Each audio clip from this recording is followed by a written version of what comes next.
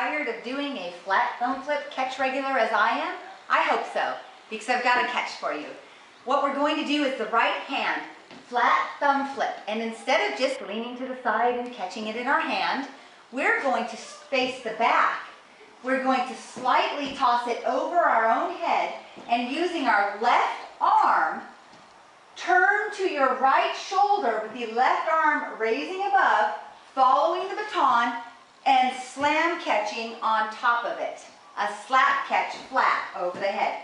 Right hand thumb flip slightly over the head, follow the baton, slap down in the front. 1 and 2. All right, it's a nice variation that can mix things up a bit. And does it matter which way the baton is rotating when you thumb flip it for a dummy like me? For a dummy like you, the baton only flips one direction when you're thumb flipping it. Oh, because it's a backhand the other way. Correct, so you can't get it wrong.